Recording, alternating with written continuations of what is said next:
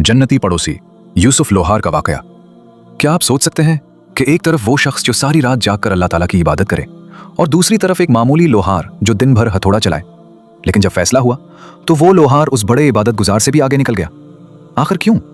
उसने ऐसी कौन सी छुपी हुई नेकी की थी जिसने हज जैसी बड़ी इबादत को भी पीछे छोड़ दिया? ये राज जानकर आज आपकी आंखें नम हो जाएंगी। अस्सलाम वालेकुम दोस्तों, हम अक्सर सोचते हैं कि अल्लाह ताला को राजी करने के लिए बहुत बड़ी बड़ी इबादतें करनी, रातों को जागना पड़ता है, दिन भर भूखा रहना पड़ता है। बेशक ये सब अल्लाह ताला को पसंद है, लेकिन कभी कभी इंसान का एक छोटा सा अमल, एक छुपी हुई नेकी उसे अल्लाह ताला के इतना करीब कर देती है कि बड़े बड़े आबिद और जाहिद भी उस मकाम तक नहीं पहुंच पाते। आज का वाकया एक ऐसे ही शख्स का है जो दिखने में तो बिल्कुल मामूली था, लेकिन अल्लाह ताला की नजर में उसका मकाम क्या था, ये जानकर आपकी जिंदगी देखने का नजरिया बदल जाएगा। तो आइए शुरू करते हैं। बहुत पुराने जमाने की बात है। बगदाद शहर में एक बहुत बड़े बुजुर्ग रहा करते थे जिनका नाम था शेख अब्दुल्ला। शेख अब्दुल्ला की पूरी जिंदगी अल्लाह ताला की इबादत में गुजरी थी। दिन में रोजा रखना और रात भर जागकर नमाज पढ़ना उनका मामूल था। लोग दूर दूर से उनसे दुआ करवाने आते थे। एक रात जब शेख अब्दुल्ला इबादत करके सो गए तो उन्होंने ख्वाब में एक आवाज सुनी। एक नूरानी आवाज उनसे कह रही थी, ए अब्दुल्ला, तेरी इबादतें कबूल हैं, लेकिन अगर तू जन्नत में अपना पड़ोसी देखना चाहता है तो बसरा शहर जा।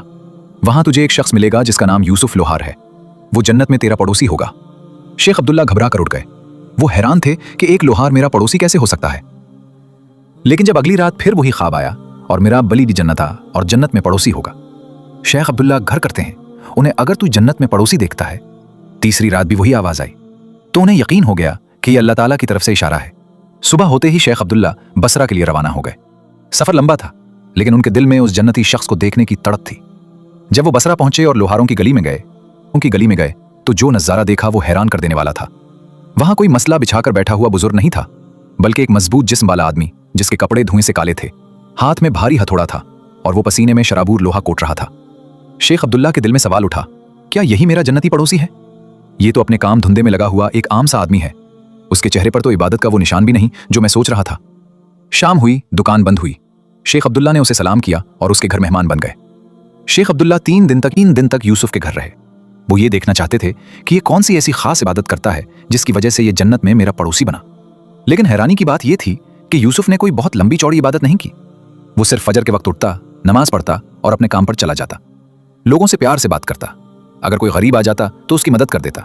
बस यही उसका मामूल था। तीसरे दिन शेख अब्दुल्ला से रहा ना गया। उन्होंने यूसुफ का हाथ पकड़ा और कहा, ए यूसुफ, तुमने बहुत लंबी चौड़ी इबादत की है। यूसुफ, मैं यहां किसी काम से नहीं बल्कि एक ख्वाब की वजह से आया हूं। मुझे बताया गया है कि तुम जन्नत में मेरे पड़ोसी हो, लेकिन मैंने तुम्हें कोई खास अमल करते नहीं देखा। सच बताओ, तुमने ऐसी कौन सी नेकी की है? यह सुनकर यूसुफ की आंखों में आंसू आ गए। उसने सर झुका लिया और धीमी आवाज में बोला, हजरत, मैं तो एक गुनाहगार इंसान हूं। आप जैसे बुजुर्गों के बराबर कैसे हो सकता हूं? लेकिन हां, एक वाकया है जो मैंने आज तक किसी को नहीं बताया। यूसुफ ने बताया, मैंने हज पर जाने के लिए सालों तक एक एक पैसा जोड़ा था। मेरे पास 300 दीनार जमा हो गए थे। मेरा पक्का इरादा था कि इस साल अल्लाह ताला के घर जाऊंगा। एक रात मेरी बीवी, जो उम्मीद से थी, ने कहा कि पड़ोस से खाना पकने की खुशबू आ रही है, मेरा दिल चाह रहा है, जाओ थोड़ा सा सालन मांग लाओ। मैं पड़ोस के घर गया और दरवाजा खटखटाया। पड़ोस बाहर आया तो बहुत परेशान लग रहा था। मैंने कहा, भाई थोड़ा सा सालन मिल जाएगा, मेरी बीवी की तबीयत ठीक नहीं है। पड़ोस फूट फूट कर रो पड़ा और कहने लगा, है यूसुफ, ये खाना तुम्हारे लिए हलाल नहीं है। मैं हैरान रह गया। मैंने पूछा, क्यों?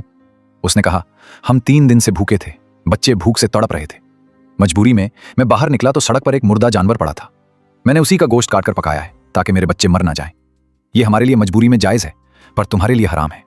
यूसुफ ने रोते हुए कहा, हजरत, ये सुनकर मेरा दिल कांप गया। मेरा पड़ोस भूखा मरे और मैं हज करूं? मैं उसी वक्त घर भागा, हज के सारे पैसे वाली थैली उठाई और लाकर पड़ोस के हाथ में रख दी। मैंने उससे कहा, भाई ये लो, अपना कारोबार शुरू करो और बच्चों को हलाल खिलाओ, मेरा हज यही है। ये सुनते ही शेख अब्दुल्ला रो पड़े। उन्होंने आगे बढ़कर यूसुफ के हाथ चूम लिए और कहा, तुमने मुझे असली इबादत सिखा दी। मैंने अल्लाह ताला के घर का तवाफ किया, लेकिन तुमने एक दुखी दिल का तवाफ किया। अल्लाह ताला को दिखावा नहीं, दिल का दर्द और कुर्बानी पसंद है। दोस्तों, इस कहानी से हमें यह सबक मिलता है कि हुकूकुल इबाद, बंदों के हुकूक कितने अहम हैं।